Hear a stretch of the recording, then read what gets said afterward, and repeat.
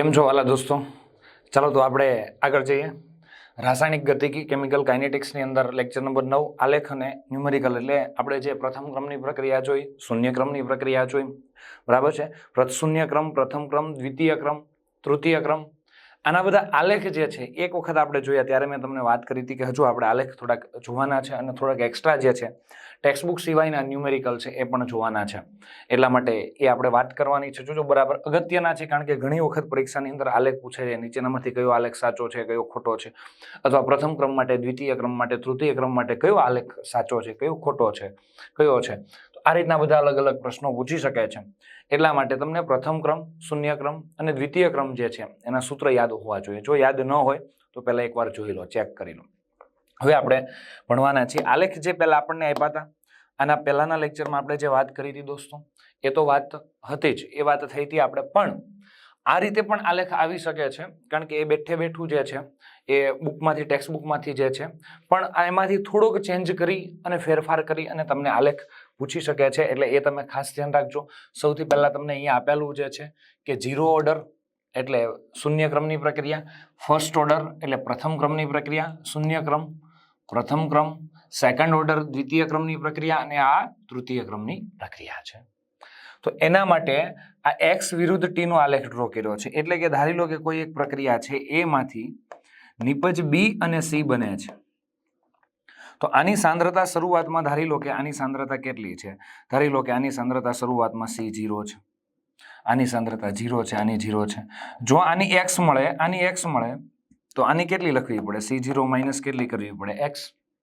બરાબર છે. તો એના જેવું કામ કરેલું છે. અથવા તો અહીંયા આની શરૂઆતની સાંદ્રતા ધારી લો કે a છે, આની a છે, તો આની સાંદ્રતા આમાં આપ્યું છે જો આપણે લેવું હોય તો, બરાબર છે. બાકી C0 તમે સાંદ્રતા જનરલી C0 લેવાની હોય, આમાં આપ્યું એ લઈ લો. તો આની સાંદ્રતા શરૂઆતની સાંદ્રતા ધારી લો કે a છે, તો આની સાંદ્રતા આ શરૂઆતની સાંદ્રતા છે, શરૂઆતની સાંદ્રતા, અને t સમયે સાંદ્રતા, t સમયે આની સાંદ્રતા છે a માઇનસ કેટલી થશે? x થશે. એટલે આટલી વસ્તુ તમારે યાદ રાખવાની રહેશે. આની કેટલી? x, આની x થશે, આની a માઇનસ x થશે. તો આટલી વસ્તુ તમારે યાદ રાખવાની છે. હવે જો a માઇનસ x એટલે RT છે. આને આપણે શું કહેતા હતા? આને આપણે કહેતા હતા R0. અલગ કલરથી લખી નાખો. આને આપણે કહેતા હતા R0 અને આને આપણે કહીશું RT. થઈ ગયું? R0 અને RT આ જે છે તે. હવે આપણે આલેખ ડ્રો કરતા હતા. x એટલે શું છે? આ નિપજની સાંદ્રતામાં વધારો થાય. જેમ સમય જાય તેમ નિપજની સાંદ્રતામાં વધારો થાય. આ વાત સાચી છે. શૂન્ય ક્રમની પ્રક્રિયા હોય કે કોઈ પણ પ્રક્રિયા હોય, જેમ સમય જાય છે તેમ નિપજની સાંદ્રતામાં વધારો થાય. એટલે x વિરુદ્ધ સમય t નો આલેખ આપ્યો. જોજો ખાસ ધ્યાન રાખો. x એટલે નિપજની સાંદ્રતા. ખ્યાલ આવ્યો? નિપજની સાંદ્રતા જેમ સમય જાય તેમ નિપજની સાંદ્રતામાં શું થાય છે? વધારો. એટલે સમય વધે છે તો નિપજની સાંદ્રતામાં પણ શું થાય છે? વધારો. એટલે આ એના માટેનો આલેખ છે. એના પછી ફર્સ્ટ ઓર્ડર રિએક્શન આપણે કયો આલેખ ડ્રો કરતા હતા? પ્રથમ ક્રમની પ્રક્રિયા માટે આપણે આલેખ ડ્રો કરતા હતા. હા, આના માટે બીજો આલેખ આપણે પણ ટેક્સ્ટ બુક પ્રમાણે આપણે આલેખ ડ્રો કર્યો હતો કે RT વિરુદ્ધ સમય t. તો આલેખ આવી રીતે મળતો હતો. આ તો તમને ખબર છે, જેમ સમય જાય તેમ આ સાંદ્રતા જે છે એ ઘટતી જાય છે. એટલે કે એને પ્રક્રિયા જે છે આ રીતે થાય છે. આ તમને ખબર છે. અને આંતરછેદ જે છે R0 ની વેલ્યુ આવતી હતી, ઢાળ k જેટલો આવતો હતો, આ ખબર છે તમને.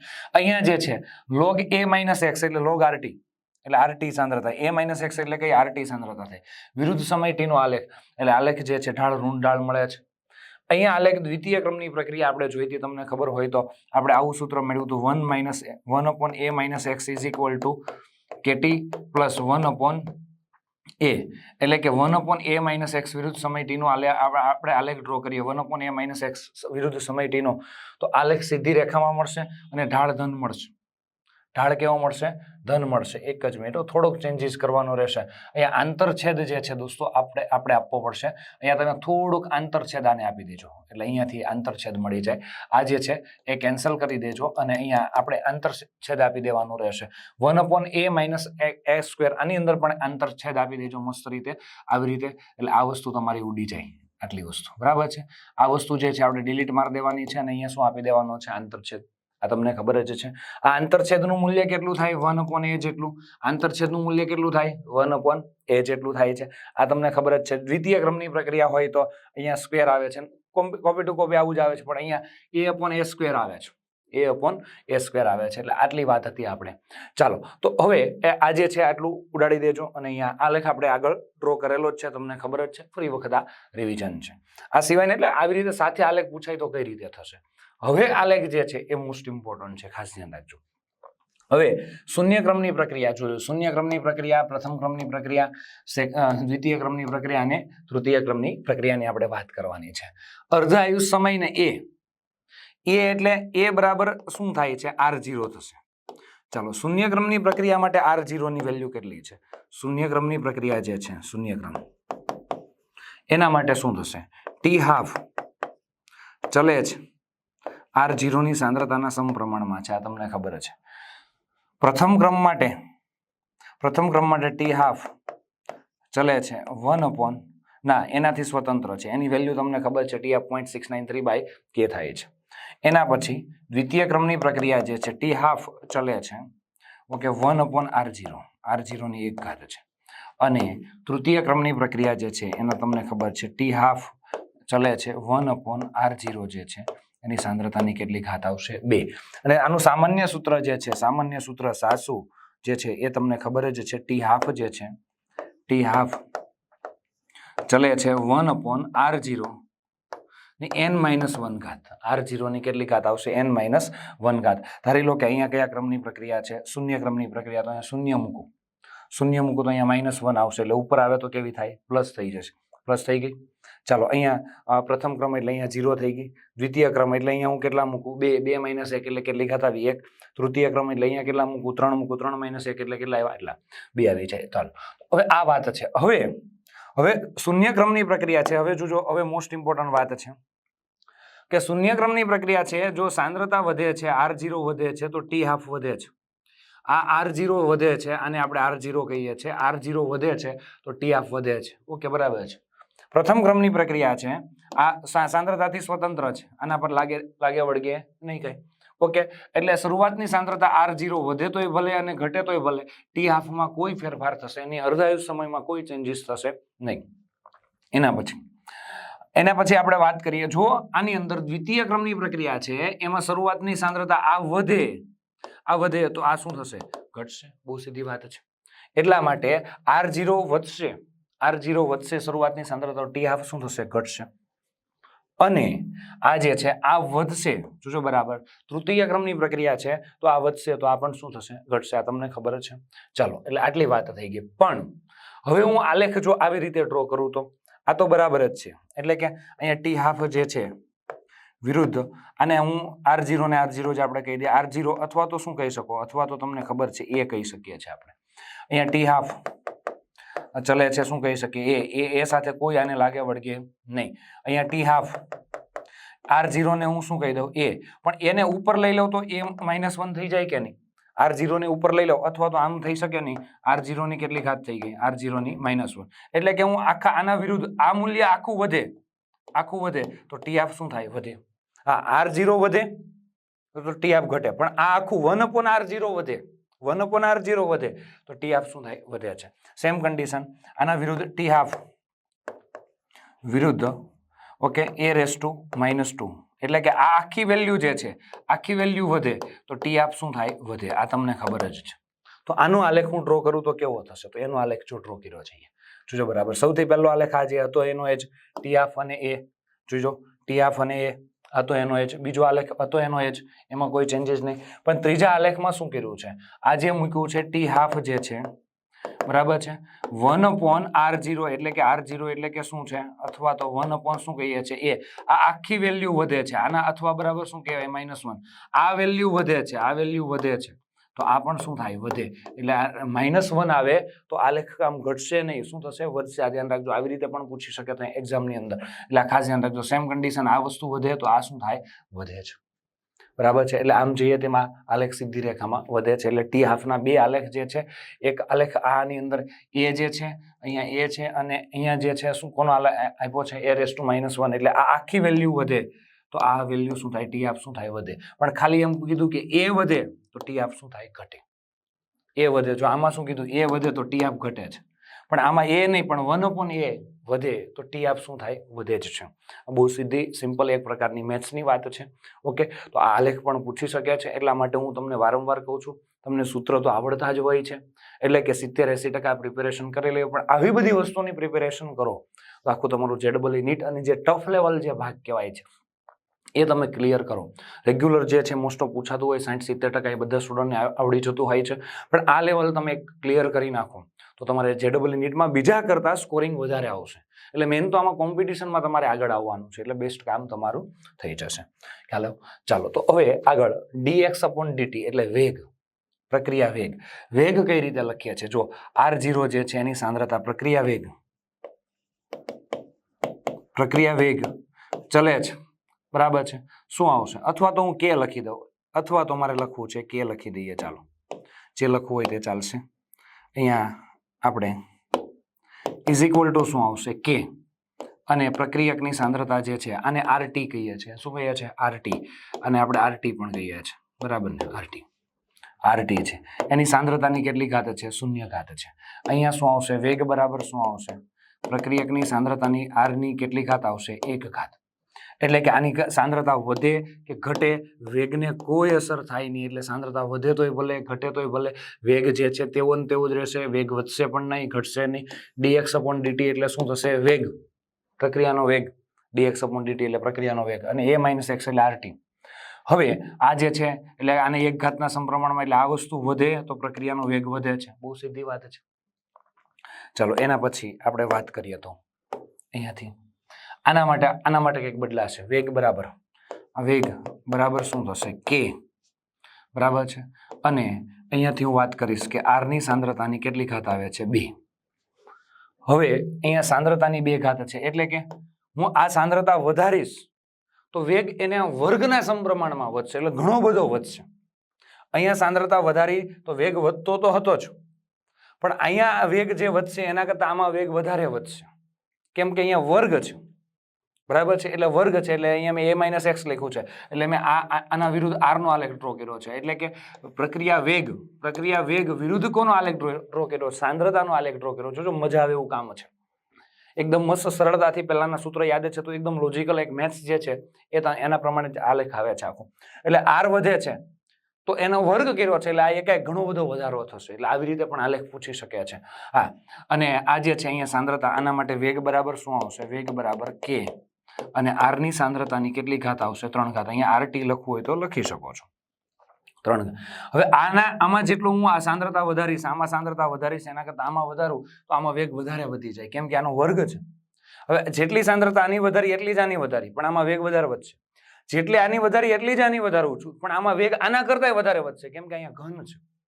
બહુ સીધી વાત છે. એટલે વેગ આના કરતા ઘણો બધો વધારે થઈ જશે. એટલે આલેખ થોડોક આવો ચેન્જીસ જોવા મળશે. એટલે આવી રીતે પણ ટ્વિસ્ટ કરીને થોડા પ્રશ્નો પૂછવા હોય તો તમને પૂછી શક્યા છે. એટલે આખી મસ્ત વાત જે છે તો આ વેગ. હવે હા, જો આના સિવાય બીજી એક વાત હું તમને કરી દઉં કે અહીંયા પ્રક્રિયા વેગ બરાબર k ની સાંદ્રતાની r0 જે છે આની 0 ઘાત છે, એટલે કઈ લાગે વળગ્યાની.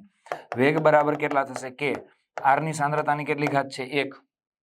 અહીંયા વેગ કે r ની સાંદ્રતાની કેટલી ઘાત છે? 2. તો હું સાંદ્રતાની 2 ઘાત એટલે r² નો આલેખ ડ્રો કરું, બરાબર? અહીંયા જેમ કે વેગ વિરુદ્ધ a નો આલેખ ડ્રો કર્યો, એટલે કે r નો આલેખ ડ્રો કર્યો છે, એવી રીતે અહીંયા r² રાખી દો. અહીંયા r જ રાખ્યો છે, જો અત્યારે અહીંયા પણ r જ રાખેલો છે, પણ હવે r² નો આલેખ ડ્રો કરી તો શું ફેરફાર થશે? જો આમાં શું ફેરફાર છે? આ બે આલેખ તો સરખા જ છે. આમાં હતો તે છે dx/dt a - x, આમાં પણ એ જ છે, આમાં પણ એ જ છે. પણ અહીંયા ફેરફાર શું કર્યો? વેગ બરાબર ત્યાં આપણે આલેખ કયો ડ્રો કરતા હતા? r ની સાંદ્રતાની, એટલે કે અહીંયા એટલે અહીંયા r જ રાખ્યો હતો આપણે. અહીંયા r² એટલે કે વેગ વિરુદ્ધ r² નો આલેખ ડ્રો કરીએ તો પછી આ બધા સરખા જ આવશે, કેમ કે ફેર એટલો જ છે ને. અહીંયા વેગ બરાબર કેટલા આવતા હતા? k, અને અહીંયા r. હવે ત્યાં આલેખ વેગ વિરુદ્ધ r નો આલેખ ડ્રો કર્યો હતો. અહીંયા વેગ વિરુદ્ધ r એટલે કે a - x, વેગ વિરુદ્ધ a - r નો સ્ક્વેર જ રાખી દીધો છે. એટલે આ વેલ્યુ જેટલી વધે તેટલો વેગ શું થાય છે? વધે છે. બહુ સિમ્પલ. અહીંયા r નો ઘન એટલે આલેખ તો બધા સરખા જ આવશે, પણ જો અહીંયા હું સ્ક્વેર ન કરું અને અહીંયા ઘન ન કરું, બરાબર છે, તો આલેખ બદલાઈ જશે. જો અહીંયા સ્ક્વેર નથી કર્યો, અહીંયા ઘન નથી કર્યો, તો આમાં વધારો, તો આ રીતના આલેખ આવશે. એટલે આ રીતે જો અહીંયા સ્ક્વેર કરી દઉં, બરાબર છે, અને અહીંયા ઘન કરી દઉં તો આ ત્રણેય આલેખ સરખા જ આવશે સીધી રેખામાં જ. એટલે દોસ્તો આટલો ડિફરન્ટ છે. એટલી મસ્ત વાતો જે છે એ ખાસ તમારે જોવાની છે. એટલે આવા બધા આલેખ જે છે તમને ખબર તો છે જ કે શૂન્ય ક્રમની પ્રક્રિયા, પ્રથમ ક્રમની પ્રક્રિયા કઈ કઈ જે છે, પણ એના આલેખની આવી મસ્ત પ્રેક્ટિસ કરી લીધી હોય તો પછી ગમે તે પ્રશ્ન પૂછાય, કોઈ ટેન્શન રહે નહીં. પ્રથમ ક્રમ, દ્વિતીય ક્રમ, આ રીતે કોઈ પણ પૂછી શકે છે. ચાલો હવે પ્રથમ ક્રમની કેટલાક ઉદાહરણ આપ્યા છે. હવે આ વસ્તુ ટેક્સ્ટ બુકમાં નથી, થોડીક એક્સ્ટ્રા જે છે, પણ એ આપણે સમજવાની છે. ખાલી ઉદાહરણમાં બધું યાદ રાખવું જરૂરી નથી. 2 સૂત્ર જે છે એ જ યાદ રાખવાના છે. ખ્યાલ આવ્યો? 2 સૂત્ર પરથી દાખલા પૂછે તો એમાં કઈ રીતના કરવું એ પણ આપણે લઈ લઈએ. ચાલો તો હવે આપણે આગળ જઈએ, વાત કરીએ છીએ. એસ્ટર આપ્યું છે. આ એસ્ટરનું જળ વિભાજન થાય છે પાણી વડે. ઓકે, તો કાર્બોક્સિલિક એસિડ અને આલ્કોહોલ મળે છે. તો અહીંયા NaOH વડે પણ તમે જળ વિભાજન કરી શકો છો. જો NaOH વડે જળ વિભાજન કરો તો અહીં H ની જગ્યાએ શું આવશે? Na આવશે. તમને ખબર છે CH3COO Na, અને અહીંયા જળ વિભાજન થઈને તમને આ રીતે મળી જશે NaOH, બરાબર છે. એટલે અહીંયા Na આવશે. આટલો ડિફરન્ટ રહેશે પાણી સાથે કરવાનો. તો હવે આના માટે આ પ્રથમ ક્રમની પ્રક્રિયા છે. K બરાબર 2.303/T log. આપણે અહીંયા શું લખતા? R0/RT. તો અહીંયા આ લોકોએ લખ્યું છે V0/VT, તો લખ્યું જ છે, પણ સાથે આગળ શું લખ્યું છે? આપણે શું લખતા? R0/RT. એની જગ્યાએ શું લખ્યું છે? V0/VT. પણ V ઇન્ફિનિટિવ, અનંત સમયે કદ. અનંત સમય એટલે વર્ષો, 100 વર્ષ, 200 વર્ષ, એટલી બધી રાહ નથી જોવાની. ધારો કે આ પ્રક્રિયા થવા માટે કલાક લાગે છે તો એનો રેગ્યુલર સમય છે. હવે અનંત સમય એટલે 1 દિવસ સુધી એ પ્રક્રિયા પડી રહી તો શું ફેરફાર? તો એના માટે એ અનંત સમય થઈ ગયો. ખ્યાલ આવ્યો કે નહીં? તો અનંત સમયે કદ કેટલું હશે? તો અનંત સમયે કદ, આ અનંત સમયે કદ માઇનસ V0 શરૂઆતનું કદ અને T સમયે કદ. ખ્યાલ આવ્યો? એટલે આ વસ્તુ બધી આપેલી જ હશે, એટલે નવી કોઈ ટેન્શન લેવાની જરૂર નથી. કઈ નવી વસ્તુ આવશે એવું ટેન્શન રાખવાની જરૂર નથી. તો એક સૂત્ર આ યાદ રાખવાનું છે.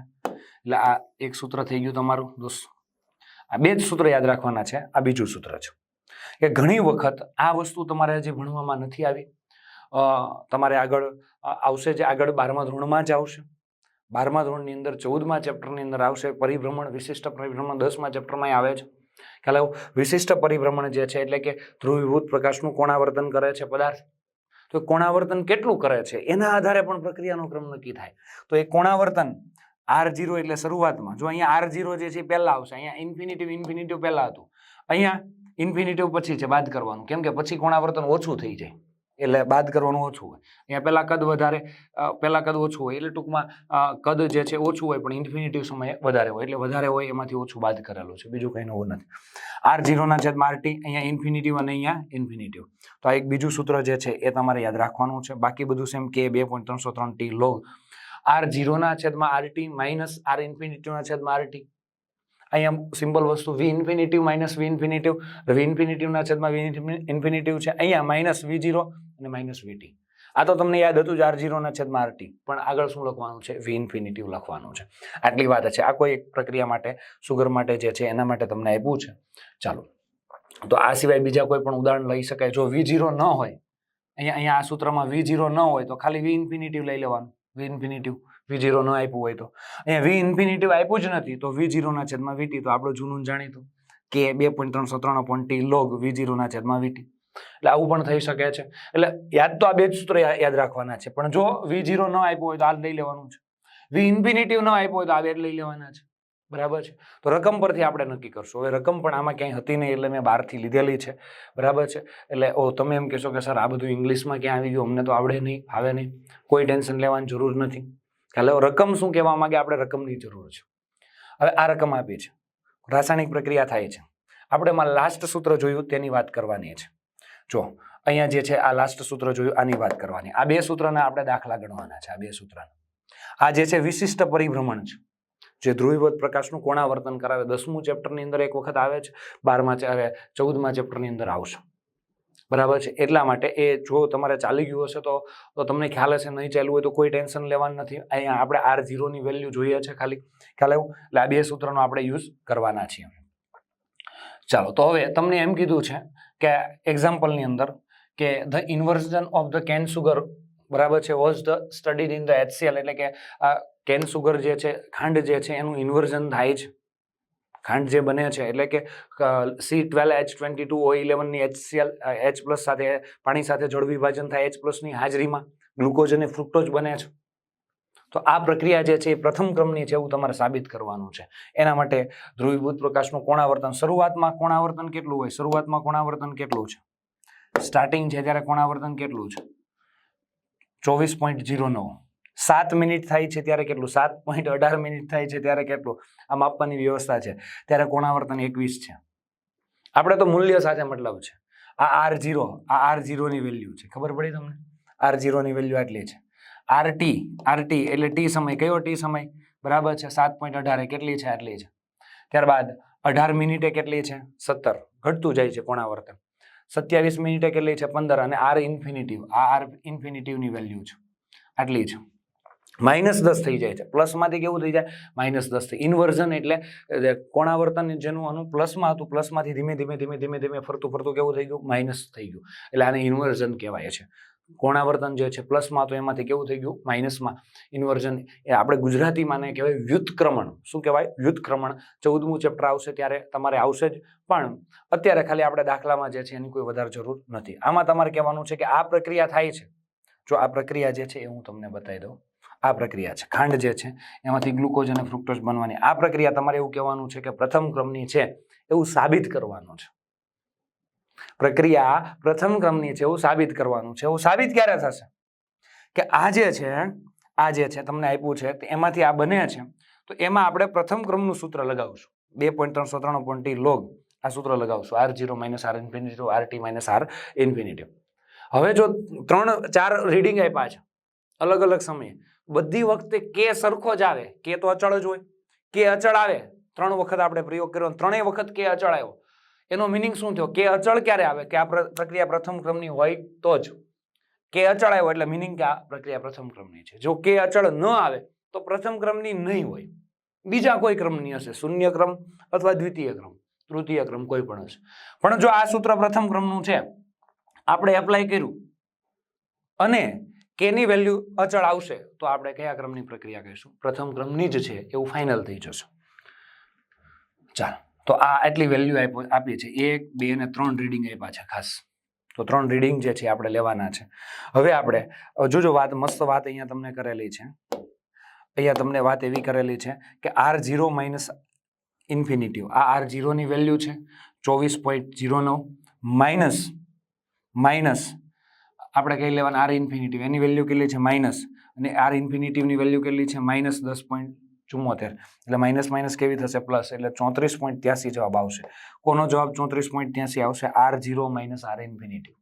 R0 - R ઇન્ફિનિટી એટલે R0 - R ઇન્ફિનિટી આ વેલ્યુ ફિક્સ થઈ ગઈ.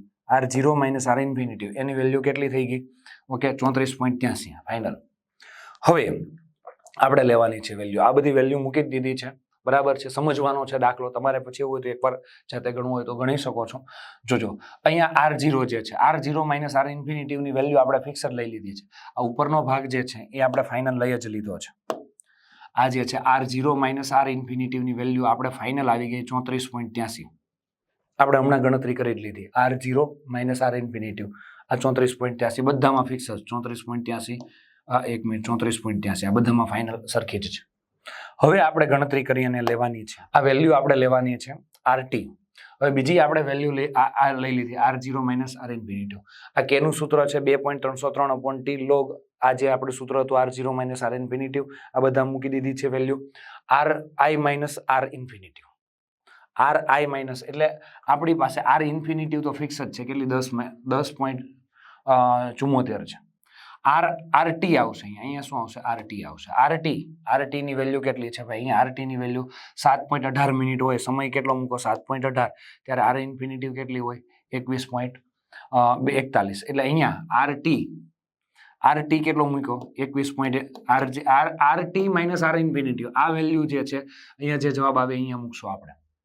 એટલે 21.41 RT ની વેલ્યુ 21.41 અને માઇનસ આપણે કેટલી કરશું? R ઇન્ફિનિટી એટલે માઇનસ કેટલી કરશું? 10.74. આ 10.74 તો એક વખત આપણે આ 10.74 આ દર વખતે ફિક્સ. એક વખત આપણે કેટલા મૂક્યા 21.41, બીજી વખત કેટલા મૂક્યા અહીંયા 18 મૂક્યા ત્યારે અહીંયા કેટલા મૂક્યા 17, અહીંયા 27 મૂક્યા અહીંયા 27 મૂક્યા ત્યારે અહીંયા કેટલા મૂક્યા 15. તો આ દર વખતે બદલાશે. એટલે કે RT minus R infinitive, RT minus R infinitive, RT minus R infinitive કેટલી આવી વેલ્યુ? અહીંયા વેલ્યુ આવે છે આપણે 32 પોઈન્ટ સમથિંગ આવે છે. અહીંયા કેટલી આવી 32.15, અહીંયા 28 અને અહીંયા કેટલી આવી 25. તો આ 32 જે છે આવી છે 32.15 અહીંયા મૂકી દેવાની છે, 31.15 મૂકી છે, જે આવે તે તમારે મૂકી દેવાની છે. અહીંયા 28.48 અહીંયા મૂકી દેવાની છે, આ વેલ્યુ અહીંયા મૂકી દેવાની. આ બે વેલ્યુ આની અંદર ટૂંકમાં પુટ કરી દેવાની છે અને જવાબ લાવવાનો છે. આ બધું જો અહીંયા ટી બરાબર અહીંયા કેટલો હતો 7.18, તો અહીંયા 7.18, અહીંયા 18 તો અહીંયા કેટલો 18, અહીંયા 27.5 તો 27.05. આ મૂકીને કિંમત લાવવાની છે. તો આપણે જવાબ આવે છે કે ની વેલ્યુ, કોની વેલ્યુ? કે ની વેલ્યુ કેટલી આવે છે? અહીંયાથી કે ની વેલ્યુ કેટલી આવે છે? 0.01. આમાં 0.01, 0.01 એટલે કે ની વેલ્યુ કેવી આવી? અચળ. અચળ આવી ને, કે ની વેલ્યુ દર વખતે અચળ આવી. કે ની વેલ્યુ અચળ આવી એટલે ફાઇનલ થઈ ગયું કે આ પ્રક્રિયા પ્રથમ ક્રમની જ છે. કેમ કે આપણે સૂત્ર કયા ક્રમનું મૂકેલું હતું? પ્રથમ ક્રમનું. એટલે કે ની વેલ્યુ અચળ આવે છે. એટલે કે ઇનકોન્સિયસ જોજો બરાબર, કોન્સ્ટન્સી ઇન ધ વેલ્યુ એટલે કે વેલ્યુમાં કોન્સ્ટન્સી એટલે કે અચળ જોવા મળે છે. અને it's prove the reaction is the first order એટલે કે આ પ્રક્રિયા જે છે એવું પ્રૂવ કરે છે કે પ્રક્રિયા પ્રથમ ક્રમની છે. આટલી વસ્તુ તમારે જોવાની છે. આના જેવો જ બીજો દાખલો છે, કોપી ટુ કોપી આજ તમને આપે છે. આર ની વેલ્યુ લીધી હતી, એવી જ રીતે વી ની વેલ્યુ લેવાની છે. કોઈ એક રિએક્શન થાય છે એનું આપણે ખાસ કરીને એસ્ટરીકરણ આપણે કરીએ છીએ, NaOH વડે કરીએ છીએ. રકમ તમારે યાદ રાખવાની કોઈ જરૂર નથી. આ તો તમારે આખી વાંચવી હોય ઈચ્છા થાય, માલુમ પડે તમને કે વાંચવી છે તો બરાબર, બાકી કોઈ જરૂર નથી. NaOH સાથે આ તટસ્થીકરણ કરવામાં આવે તો NaOH નું કદ વપરાય છે. NaOH સાથે તટસ્થીકરણ આપણે કરતા હતા. આ તમે આ એસ્ટર જે છે એનું કોની સાથે તટસ્થીકરણ કરતા હતા? NaOH. તો NaOH નું કદ કેટલું વપરાય છે? V0 એટલે શરૂઆતનું કદ કેટલું છે, અનંત સમયે કદ કેટલું છે એ માપવામાં આવે છે. અને એ કદની વેલ્યુ મૂકવામાં આવે છે. શરૂઆતમાં કદ કેટલું હતું ભાઈ? 20. શરૂઆતમાં કદ કેટલું હતું? 20. પછી 20 મિનિટે કેટલું હતું ભાઈ? 21. આટલું કદ વપરાય છે. 75 મિનિટે આટલું, 119 આટલું, 183 આટલું, અને અનંત સમયે એટલે કે 183 મિનિટ પડ્યું, પછી ઘણું સમય પડ્યું રહે છે, 200 મિનિટ 500 મિનિટ સુધી પડ્યું રહે છે, ત્યારે પણ કદ કેટલું રહે છે? 43.95 આટલું વપરાય છે. તો આ V0 છે, આ શું છે? V ઇન્ફિનિટિવ, અને આ VT છે. આ બધું અલગ અલગ સમયે છે. એનું સેમ કન્ડિશન આપણે દાખલો ગણેલો છે. જો આ બધી વેલ્યુ અહીંયા પુટ કરવાની છે. આપણે કયું સૂત્ર મૂકવાનું? K બરાબર 2.303/T, V infinitive minus V0 અને V infinitive minus VT. V infinitive minus V0, V infinitive કેટલું છે? આ V0 છે. V ઇન્ફિનિટિવ કેટલું છે? 43.95. આ V ઇન્ફિનિટિવ 43.95 અહીંયા મૂકવાનું છે V ઇન્ફિનિટિવ, અને V0 અહીંયા 20.24. એ ફિક્સ જ બધામાં. એટલે કેટલું? 23.71. આ બાદ બાકી કેટલું? 23.71, 23.71. આ 23.71 કે 72 જે જવાબ આવે છે લખી દેવાનું. આટલું આવી ગયું. હવે અહીંયા શું મૂકવાનું? V infinitive minus VT. એટલે V ઇન્ફિનિટિવ જે છે, V ઇન્ફિનિટી ની વેલ્યુ અહીંયા કેટલી આવશે? 43. 43.95, 43.95, 43.95, 43.95 બધામાં ફિક્સ V ઇન્ફિનિટિવ. હવે VT બરાબર કેટલું લખશું? VT એટલે T સમયે 20 મિનિટ થાય, અહીંયા 20 જોજો બરાબર, અહીંયા 20 આવશે, અહીંયા 20 આવશે બરાબર. અહીંયા 20 મિનિટ થઈ ત્યારે કેટલું હતું કદ? 21 બરાબર છે VT. એટલે આ VT ની વેલ્યુ અહીંયા VT, અહીંયા આ VT ની વેલ્યુ મૂકવાની. અહીંયા કેટલી છે? આ 21 અહીંયા મૂકવાની, 25 અહીંયા મૂકવાની, આ 27 અહીંયા મૂકવાની. આ તમને ખબર જ છે, આ V ઇન્ફિનિટી બધામાં ફિક્સ જ છે. VT એટલે T સમય, અહીંયા 20 મૂકો, અહીંયા 20 મૂકો ત્યારે અહીંયા કેટલા મૂકવાનું? 21.73. અહીંયા 75 મૂક્યા છે ત્યારે આ 25 પોઈન્ટ અહીંયા મૂકવાના છે, આ 119 અહીંયા મૂક્યા છે ત્યારે 27.60 અહીંયા મૂકવાના, 183 અહીંયા મૂક્યા છે 183 ત્યારે 30.22 અહીંયા મૂકવાના છે. બહુ સીધી વાત છે. એટલે આ જે જવાબ આવે છે આજે 22 પોઈન્ટ, એટલે V ઇન્ફિનિટી માઇનસ VT. તો V ઇન્ફિનિટી માઇનસ VT કેટલો આવ્યો? 22.22 અહીંયા મૂકવાનું, 28.48 અહીંયા 28.48 આવશે બરાબર છે. અહીંયા કેટલો આવે? 16.75. તો અહીંયા કેટલો મૂકવાનો? 16.75. જે જવાબ આવે તે અહીંયા મૂકી દેવાનો છે. 13.73. તો અહીંયા કેટલો મૂકી દેવાનો? 13.73 બરાબર. હવે આ જો ગણતરી કરી તો આ અચળાંકની વેલ્યુ જે આવે છે એ 0.003, 0.003, 0.003, 0.003 જ આવશે. 299. અચળ આવી એનો મિનિંગ શું થયો કે આ પ્રક્રિયા કયા ક્રમની છે પ્રથમ કેમ કે આપણે પ્રથમ ક્રમનું સૂત્ર મૂક્યું હતું અને આ જે છે વેલ્યુ કેવી આવી અચળ એટલે આ પ્રક્રિયા કયા ક્રમની છે પ્રથમ ક્રમની પ્રક્રિયા છે એટલે બહુ મસ્ત વાત થઈ ગઈ પ્રથમ ક્રમની પ્રક્રિયા થઈ ગઈ એટલે આવી રીતે તમારે દોસ્તો ગણતરી કરવાની છે એટલે આ એક એક્ઝામ્પલ હતું થોડુંક સમજવાનું છે સમજવા માટેનું હતું કે ભાઈ આ રીતનો કદાચ દાખલો પૂછાય તો એટલા માટે પણ આલેખ જે છે બરાબર તૈયાર કરજો અને આ બે જ સૂત્ર યાદ રાખવાનું છે આ સૂત્ર V ઇન્ફિનિટી વાળું ને R0 વાળું એના પરથી મોસ્ટ ઓફ દાખલા પૂછાય છે તો આ એક્સ્ટ્રા વસ્તુ જે છે એ તમે વ્યવસ્થિત રીતે અને બેસ્ટ રીતે પ્રિપેર કરી નાખજો ઓકે થેન્ક યુ